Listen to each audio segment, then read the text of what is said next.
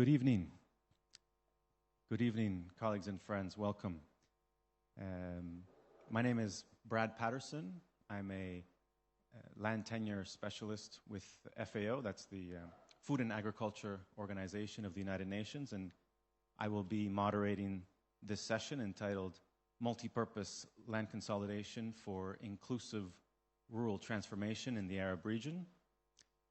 This session is co-organized by FAO, by the Netherlands Enterprise and Development Agency, also known as RVO, and by Kadaster International. The session on multi-purpose land consolidation builds on an event that took place at the second Arab Land Conference. That one was focused on land consolidation. It was in 2021, and well, we are really glad that you stayed with us.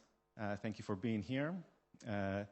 We believe you will benefit greatly from this session, which will highlight the substantial potential in the Arab region of this land management tool, multi-purpose land consolidation.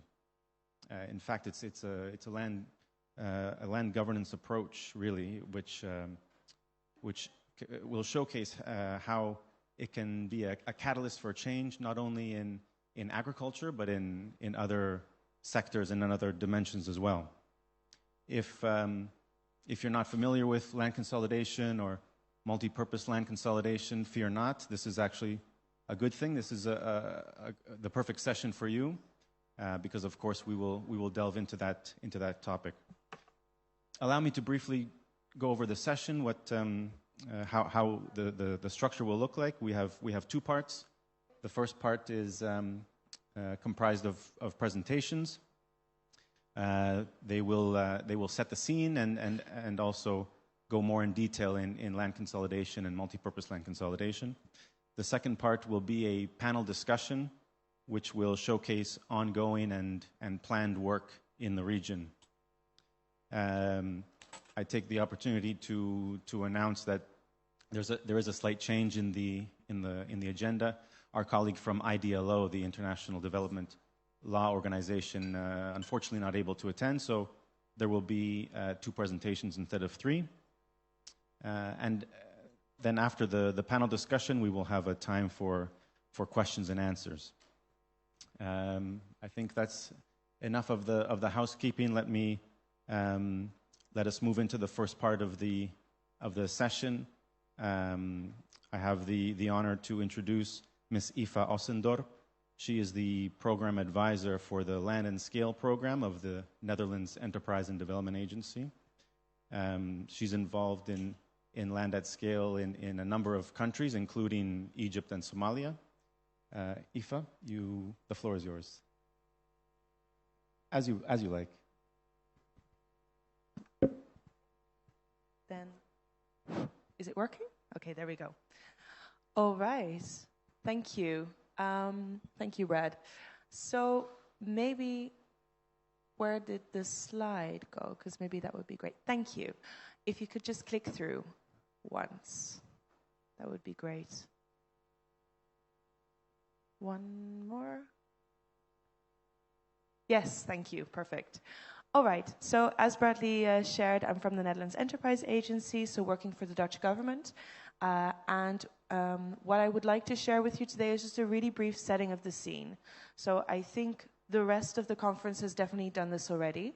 So I just want to give a really short insight, especially from the perspective that we've heard from the different embassies of the Netherlands across the Arab region. So their personal reflections actually of what they've observed in the Arab region as one of the key things that they run into also in their broader programming.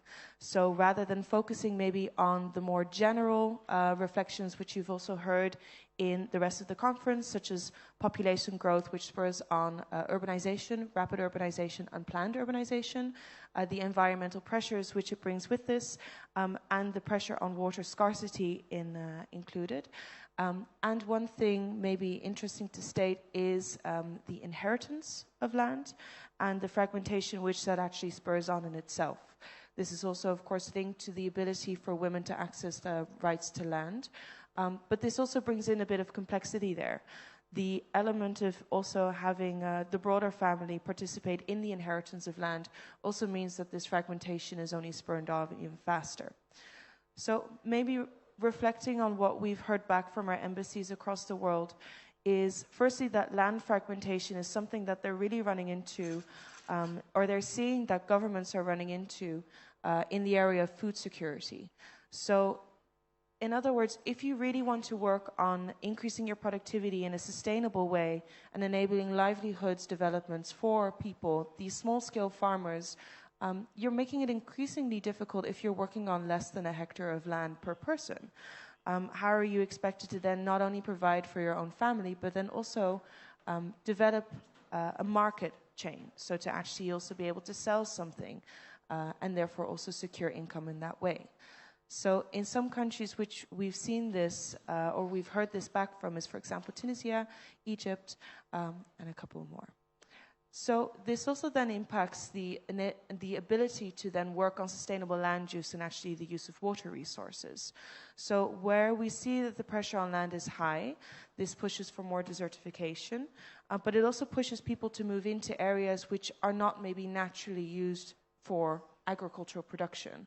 So this also means that you're making use of land which was not originally a logical choice for that, so to speak, and then also using groundwater resources to do so. In some cases, you can see this is a logical step. In other cases, this is spurred on for high pressures, which might not lead to the best choices on the long term. So also making these sustainable choices throughout. And finally, there's also a link here to land use planning for climate adaptive measures. So when we're talking about climate smart agriculture and doing interventions that have to do with, for example, smart irrigation use, or when it comes to being able to sell or buy seeds for more people in one go, for more, well, let's say lower input, higher output, then it's also very difficult if you're not working on a piece of land which suffices in order to facilitate that kind of input from the start. And maybe a bit more a step away, but also when it relates to the nexus with energy, land fragmentation also inhibits the ability to work on more energy efficient use. So if you're working, for example, on waste management, or if you're working on solar panels, for example, then also this element of land fragmentation can actually be an inhibition. So in other words, one of the observations, which is a personal observation, in the opening panels, we were discussing a lot about digitalization, about land registration, but one thing that I didn't really hear coming back from, is, aside from land degradation, water scarcity, is actually the term fragmentation.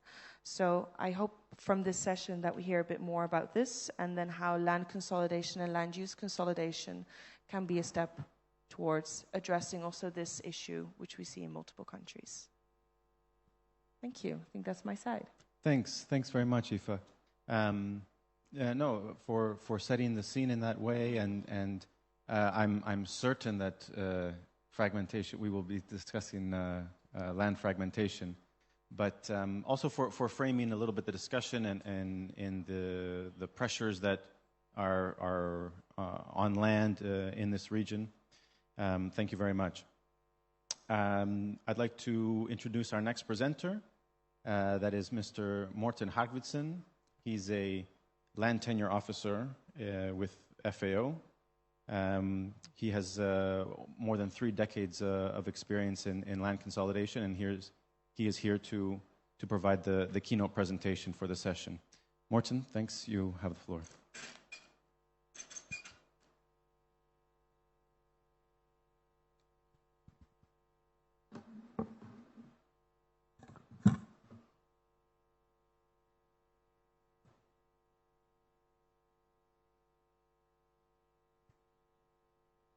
Thank you very much, Brad. And I am going to speak about the potential for multi-purpose land consolidation in the Arab region. But before I start to talk about multi-purpose land consolidation, just starting by saying that land consolidation is a well-known traditional land policy instrument that has been applied in countries, in particular in Europe and in Asia for many decades, and it is as relevant today as it has ever been, also when we talk about agricultural development.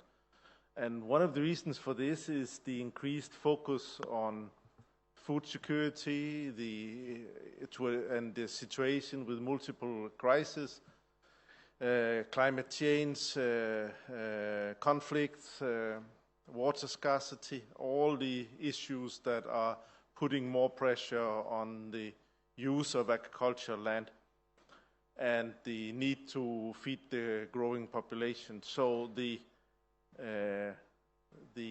potential to make agriculture more productive and more competitive is the traditional objective of land consolidation, which is as important as it has ever been. And then if we, in addition to that, look into to additional objectives, non-agricultural objectives, then, and I will present some of these related to nature, environment, climate change, then it becomes even more relevant, in particular since we can address some of these development issues at the same time in the same projects. That is the multi-purpose part of it.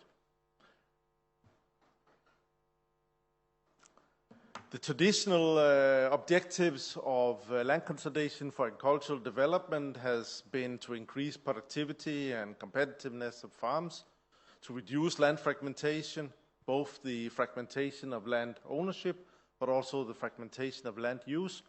And of course, if both the ownership and the land use is fragmented, then we are in the least favorable situation. Land consolidation is also in many countries used to facilitate enlargement of farms on a voluntary basis, so integrating land market transactions. And when we talk about land market, I think it's also important to mention that land consolidation is not something that should be done instead of the land market. It's something that can support the development of the land market. Most of this structural development towards larger and more competitive farms will need to be done through normal land market transactions. Then there are also, in the traditional objectives of land consolidation, additional objectives. For example, to facilitate land reclamation projects. Some of these projects in Western Europe, for example, are projects and reasons why land consolidation today is implemented for nature restoration purposes, because the outcome of those projects many decades ago have been negative for nature, environment, and biodiversity. So there's the need to restore the situation and give agricultural land back to nature.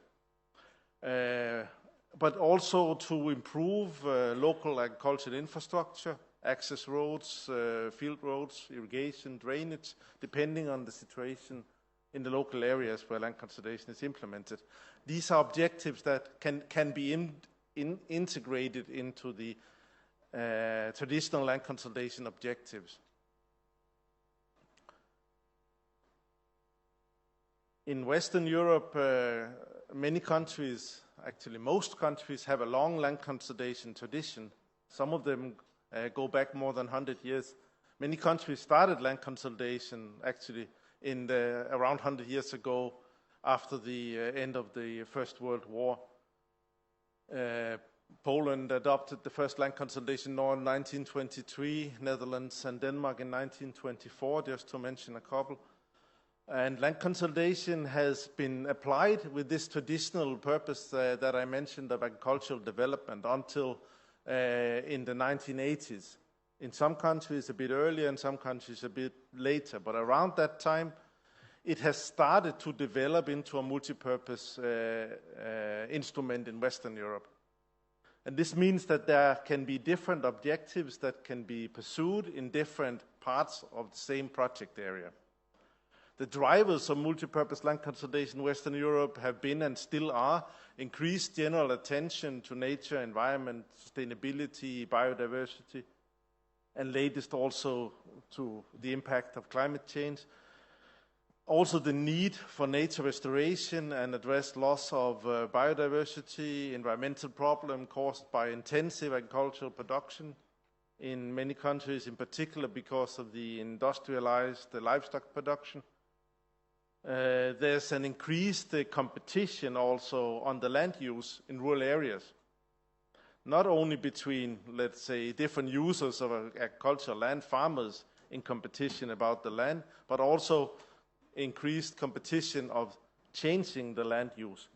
Solar panel parks, for example, or urban development, and some of these, and also taking agricultural land out of production and giving it back to nature as part of these restoration projects that I mentioned. So actually in some of the countries in Western Europe, the different public policies are competing with each other because we want to do all these different things at the same time. We want to take land out, we want to plant forests, we want to give land back to nature, we want to take agricultural land, use it for urban development, but also for renewable energy and greening of the energy sector. So the agricultural area, the area used for agricultural production is shrinking quite dramatically. And at the same time, we also have in some areas, both in Western Europe, but in particular in Eastern Europe, areas where the land becomes abandoned. And this has very much to do with the farm structures, with lack of access to irrigation water, for example. I will come back to that as well. Just a few words about what is land consolidation. We, FAO, conducted a study a few years ago, and we published a legal guide on land consolidation. We have brought a few copies that are here available if you are interested to take a copy.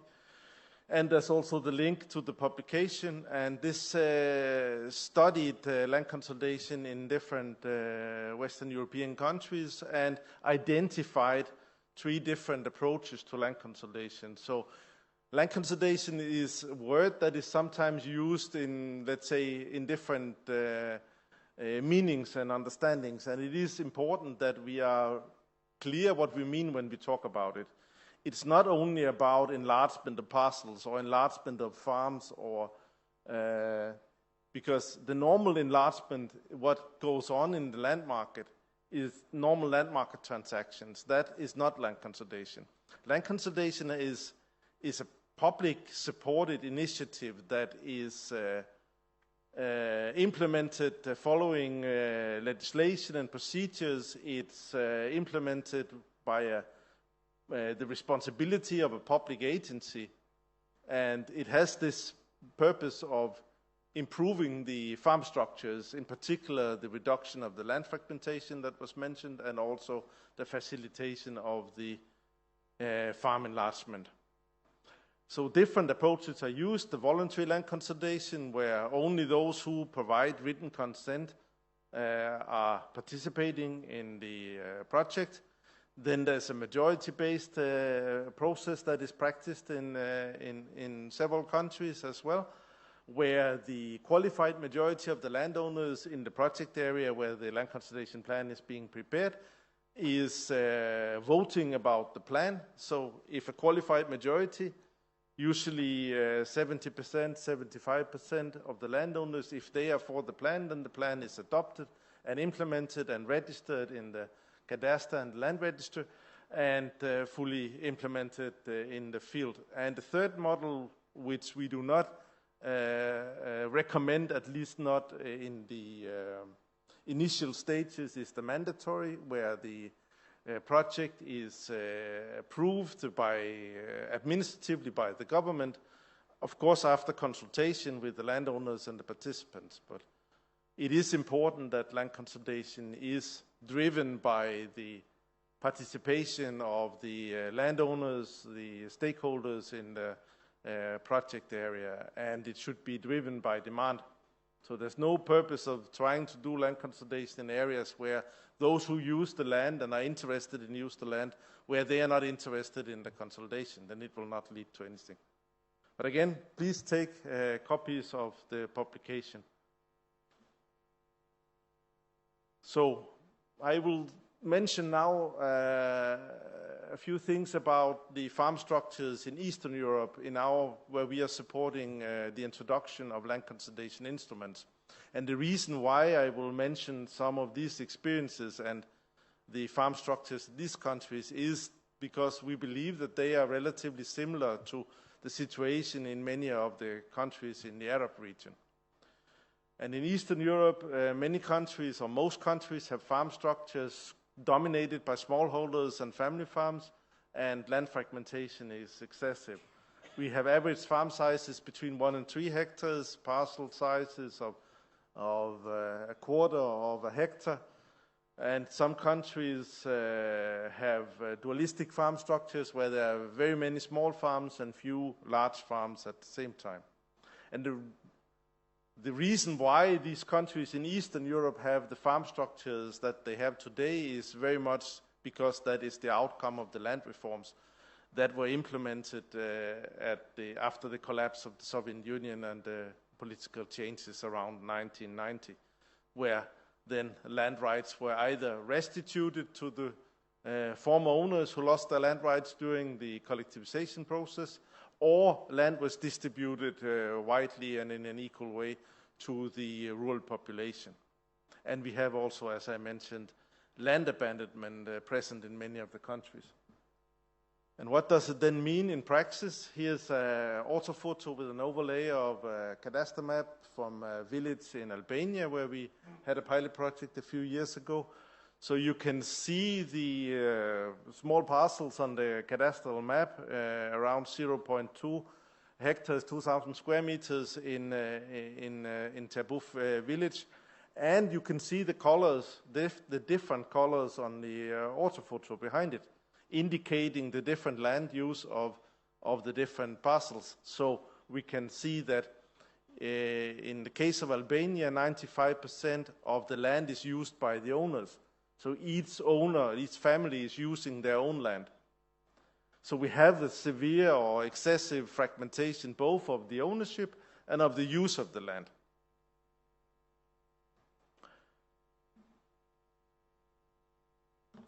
FAO has supported land consolidation and introduction of land consolidation since the very beginning.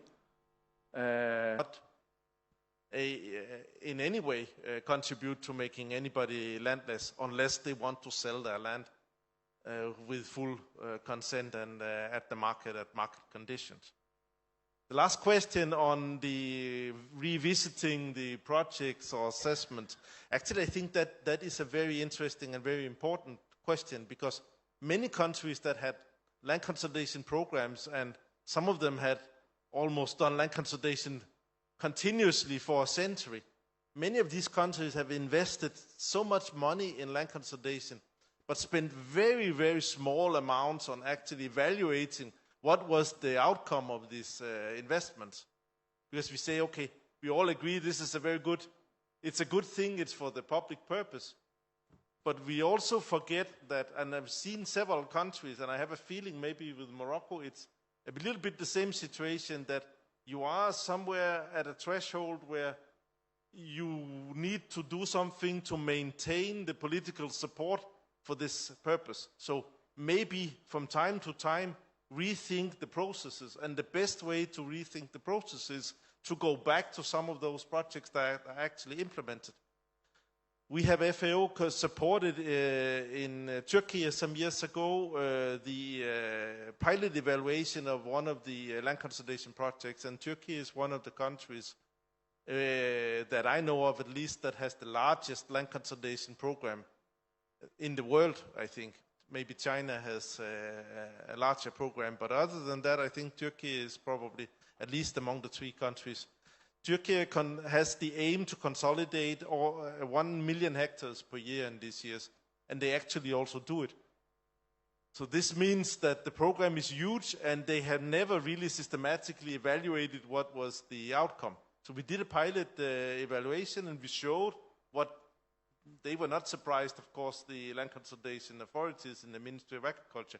They knew about the benefits, but they did not have any proof, they did not have any evidence they could show to their politicians that they could maintain or sustain the political support for the instrument.